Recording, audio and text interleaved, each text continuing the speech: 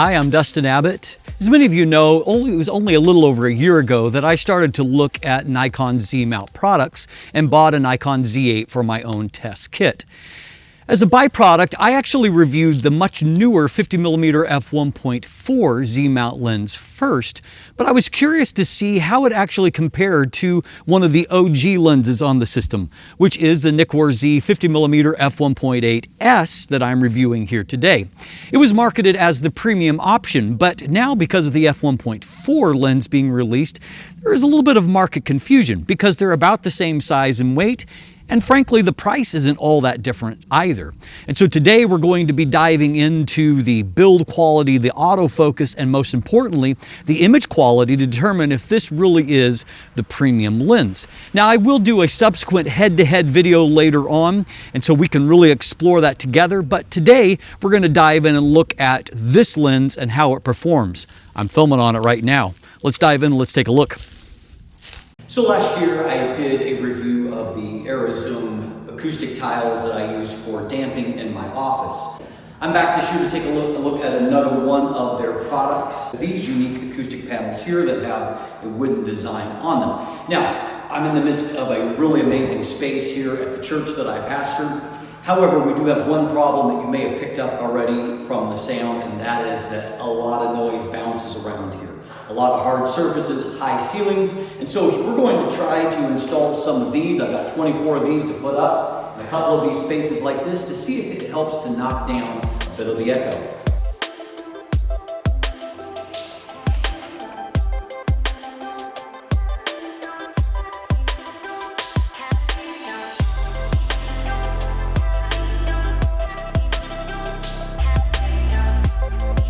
So obviously this is a really big space and there are too few panels. I used 24 here across both sections of the room. So not enough panels to make a radical difference. However, I do think we might be able to detect a little less noise bouncing around in here. And fortunately, the Arrowzoom Diffuse Pro panels have enough style that I think nonetheless, whether it makes a huge difference with the noise or not, it's a cool addition to the room.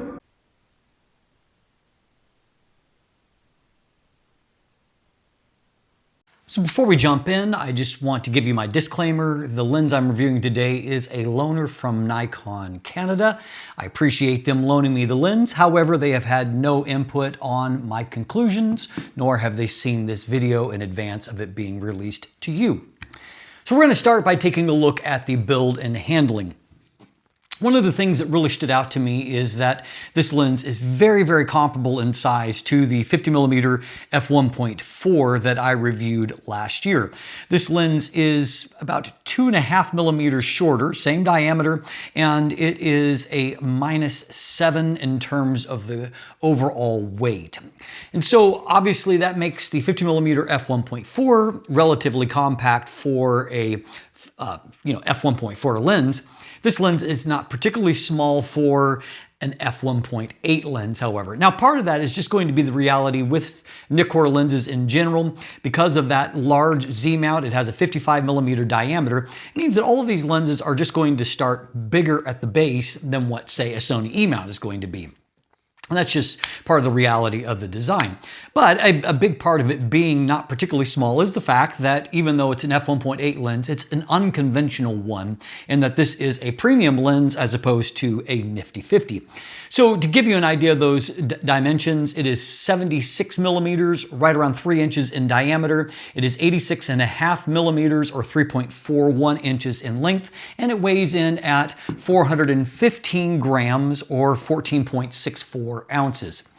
Like the 50mm F1.4, it is a weather seal lens, and when I look at the diagram, I count a similar, basically 7 seal points, though I do note that Nikon's language is a little more aggressive in the weather sealing for this as opposed to the 50mm F1.4. Now, I don't see any real evidence or reason for that in terms of the actual seal diagram, but they certainly do give a different kind of feel in that. And so maybe the weather sealing here is a little bit more robust. As far as features go, we basically just have an AF/MF switch here on the barrel near the lens mount, and I always welcome having that. But one thing that we have only one of here, that we actually have two of on the cheaper 50mm f1.4, is there's just one ring here. And so it's primarily the manual focus ring, but it's also the customizable control ring depending on how you have it set up. Whereas the 50mm f1.4 does have a separate customizable control ring.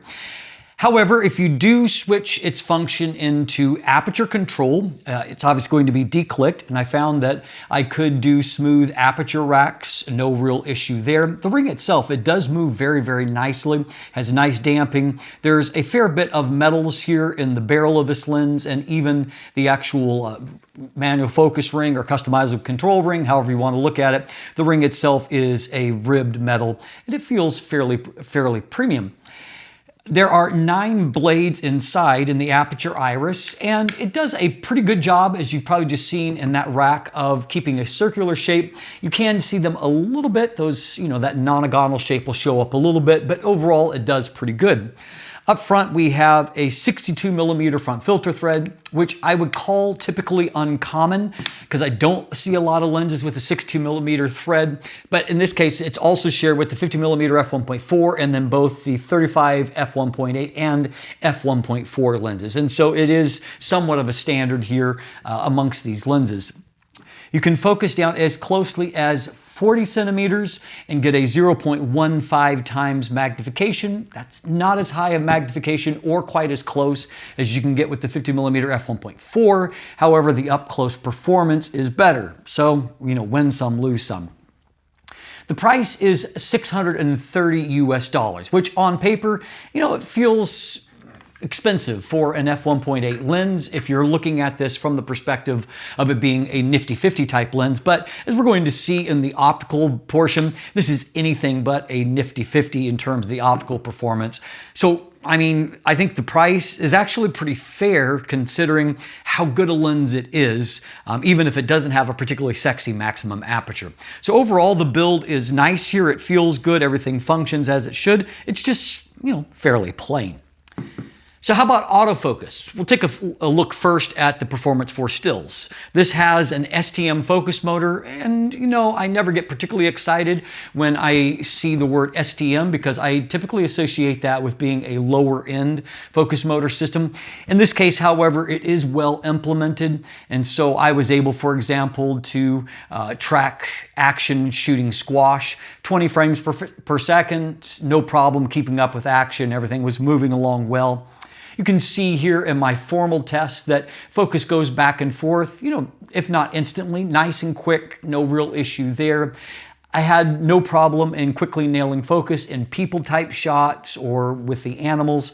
And so in general, focus, it mostly does what I want it to. One exception being a fairly common one, and that is that if I'm trying to focus on a close subject and the background is fairly complex, focus a lot of times will stick on the background, and really the hardly only way I can get it to the foreground to get it where I want is through manually focusing, and that's where having only a single ring becomes an issue, because if you have that set up for aperture control, it's not going to give you that full-time override, which I particularly like for being able to get focus in the right zone and then allowing autofocus to take over. So that really was my only complaint when it comes to autofocus for stills.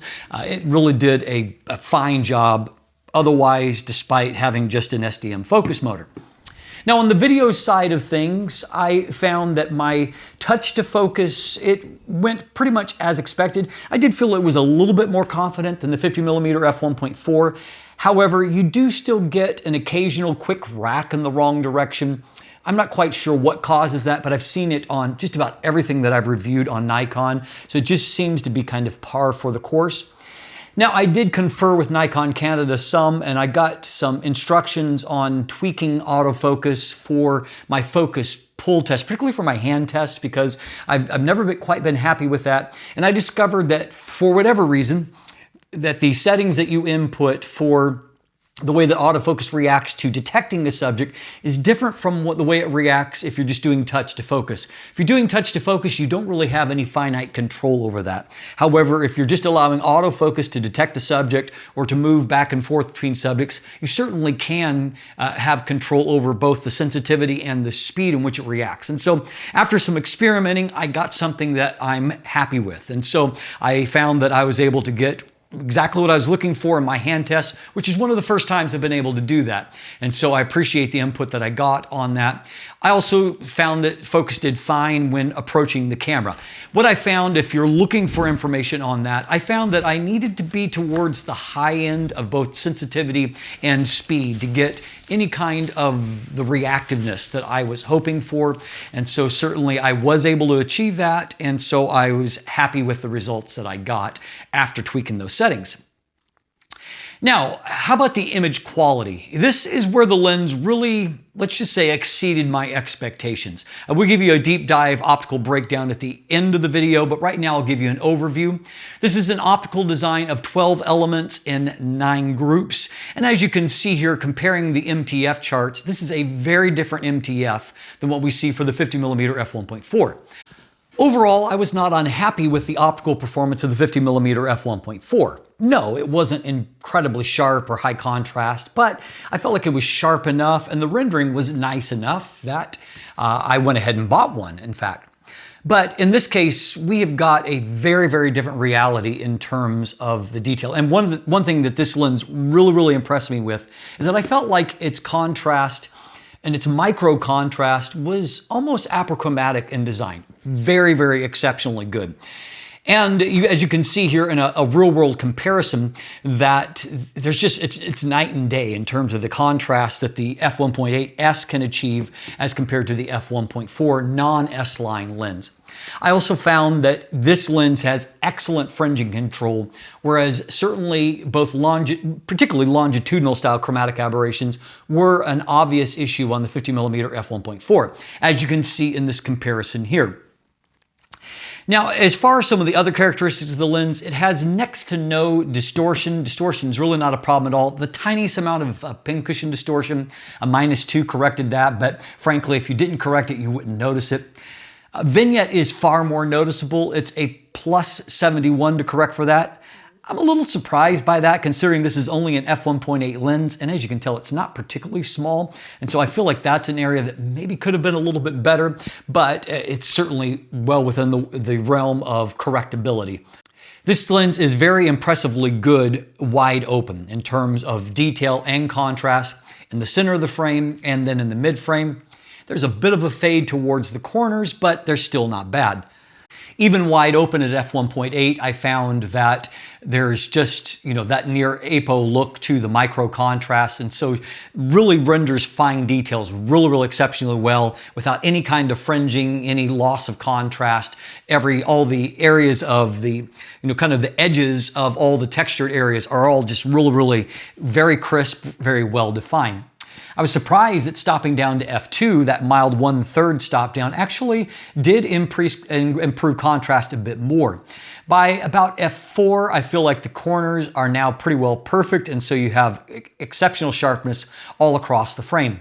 Another thing that stood out to me is that there is really great color depth from this lens, and it has a lot to do with that amazing contrast. And so it allows colors to have a really rich pop and saturation to them. That's really fantastic.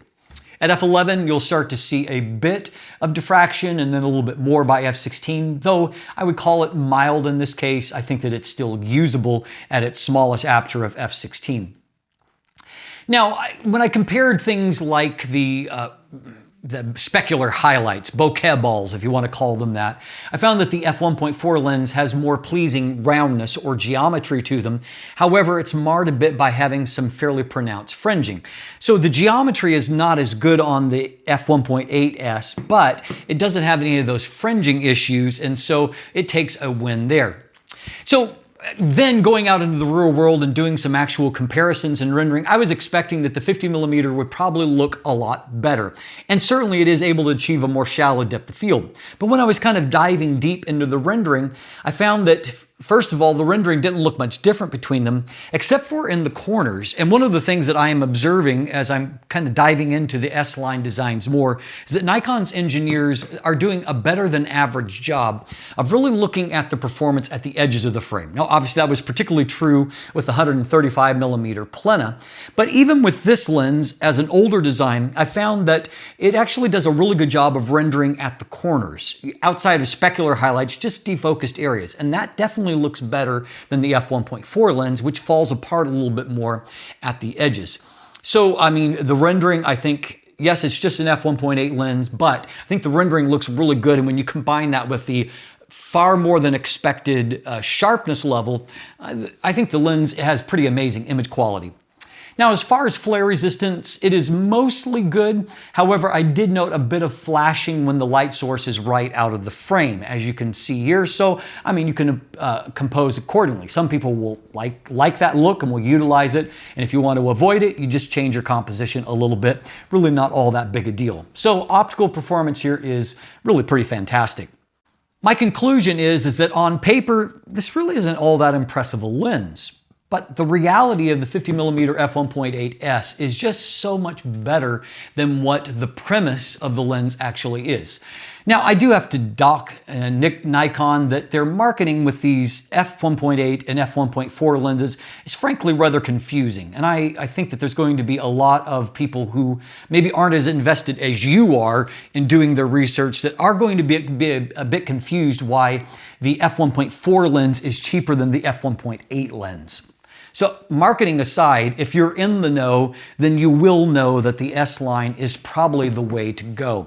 It's a really great lens. And yes, f1.8, as I've mentioned, it's not a sexy aperture, but the lens itself is pretty sexy. This is the kind of image quality that I would expect a lens costing over $1,000 to achieve.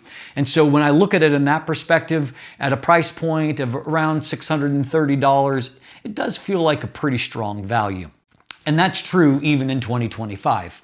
Now, if you want more information, you can check out the full text review that's linked in the description down below. There's also a buying link there. And if you want a deeper dive into that optical performance, stay tuned with me right now and we'll jump into that together. So let's start off by taking a look at vignette and distortion. We can see the tiniest amount of a barrel distortion, just a 2 to correct for it. So, I mean, nothing significant. And frankly, you could get away with not correcting it at all. As far as the vignette is heavier. And as I mentioned in the review, I'm a little surprised by that, considering it's just an f1.8 lens. As you can see, it is easily correctable, even manually. A plus 68 to correct for that, and you get an even end result. And all of that can be corrected via the profiles, either in software or in camera. Now, really fantastic longitudinal chromatic aberration control. I mean, that is pretty close to perfect. And really, one of the things that stood out to me is that Nikon doesn't claim an apochromatic design, but that's what this feels like to me, in that I just don't see any of the fringing and the amount of contrast that is there, and thus the ability to render all these fine textures. This is a very difficult scene, and I think that it just does an amazing job of handling that, and so kudos to them on that. Likewise here, again, you've got shiny surfaces and thus a lot of ability to have just kind of those spherical aberrations that create blooming and softness. It's just amazingly well handled. And so, I mean, this feels a lot like a macro lens type level of performance, and it has everything to do with that micro contrast. We're not talking about the rendering yet, but frankly, this is not bad in the defocused area either. So it's a great mix of good contrast here and fairly soft there, which is hard to pull off. Likewise, lateral style chromatic aberrations are very well controlled. No issue with that in these transitions near the edge of the frame. So here, using the 45 megapixels of the Z8 and results shown at 200%, you can see that fantastic contrast and detail right off the bat at f1.8 in the center of the frame. As we move to the mid frame, it is pristine. Great contrast, great detail. And as we pan down, you can see it looks great here. It looks great here, and then right off into the very corner, it looks great all the way out to about right here, and then there's just a little bit of fall off right towards the edge. However, we can see a good amount of centering, and that it is, you know, it's basically equally sharp in all the four corners. That's also important as well. So for real world perspective, I mean, It's super contrasty, and you can see that delineation of all of those fine little hairs everywhere around the plane of focus. If you look at the whiskers, no chromatic aberrations there, and that's very common to see on cats. You know, I've taken a few cat pictures at this point, and it's a really, really fantastic job, even though there's lots of light that's coming through this window right here. So lots of opportunity for some issues, and I just don't see them. This image actually really, really impressed me. Looking at it globally, it's not all that impressive, other than the fact that it's shooting right into the evening sun and held up well. But if you zoom into 100%, you can see that in all of these areas where bright light is coming through, and it's these fine things that can show aberrations, you can get blooming on them and a loss of contrast. It's just not there. It looks really great. Now, interestingly, if you stop down to f2, you can definitely see a difference in contrast, and that's particularly in the bright areas. I don't know that necessarily the dark areas are darker, but you can definitely see that the bright areas have brightened. So that means that this text right here is popping even more. If we move into the mid-frame here, you can see again that there's just more brightness, illumination, and all that. So again, that means that the blacks stand out more, I think, in relation to the light areas of the frame. And if we move up into the corner, we can see that while it's not radically improved yet, it is starting to improve. By f2.8, it's a little bit better, with a more obvious improvement here at f4, where now the corners are starting to look really crisp. Look at the contrast on this area here versus here. And if we pop down into that lower right corner, you can see it's looking really, really crisp at f4. Now things will continue on through f8. At f11, you'll start to see some loss of contrast due to diffraction, though frankly, that's still looking really, really good. Even at f16, you can see you've definitely lost something here versus here at f11. However, it's definitely not terrible, and at 100% magnification, it would still be very useful. Just to give you an idea, there's what 100% magnification looks like. I mean, I think you would still be really happy with that. Now here is the minimum focus distance, and while the magnification level isn't super high, the amount of detail you can produce is very, very high. Great contrast and detail, and also what I'm seeing here is a nice flat plane of focus to where we've got decent detail off towards the edges of the frame. That's just not true at all with the f1.4 lens. So let's take a look at the rendering. We've already determined that this is a super high contrast lens, great detail as you can see here. But as we look towards the defocused area, it really looks not too bad. Now obviously f1.8 is not going to give you the deep defocus of the background. So if in this kind of situation, this is a really, really busy scenario. Now, great obviously is the fact that you get nice kind of three-dimensional pop there because of that great apo level contrast. But in this situation, that background it's not blurring away at all, and so it kind of catches your eye. In more favorable scenarios like this, I think that the bokeh looks really great, and the combination of that great detail and contrast, and then with that, I think is really quite pleasing. Here we've got an even more advantageous ratio where the foreground subject is closer and the background is further away. And everything here I think looks really soft. And of course, the detail and contrast on the subject looks great.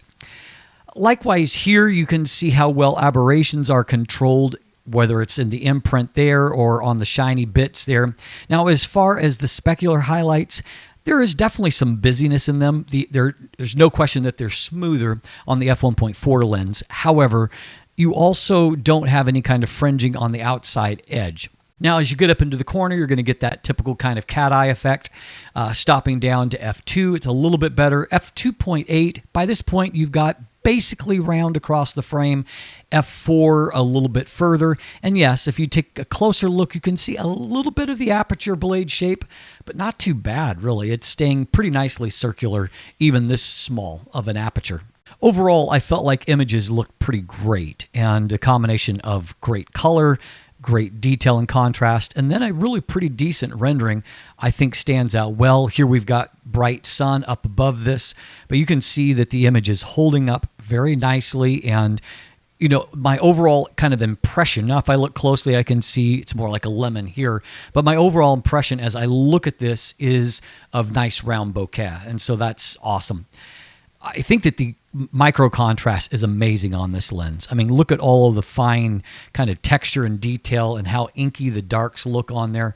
Very, very impressive. Here, even at f1.8, you can see there's lots of detail and contrast there. Colors are really rich. This image really stood out to me for holding up beautifully against a bright sun, and that contrast level, again, it really feels like an apochromatic lens.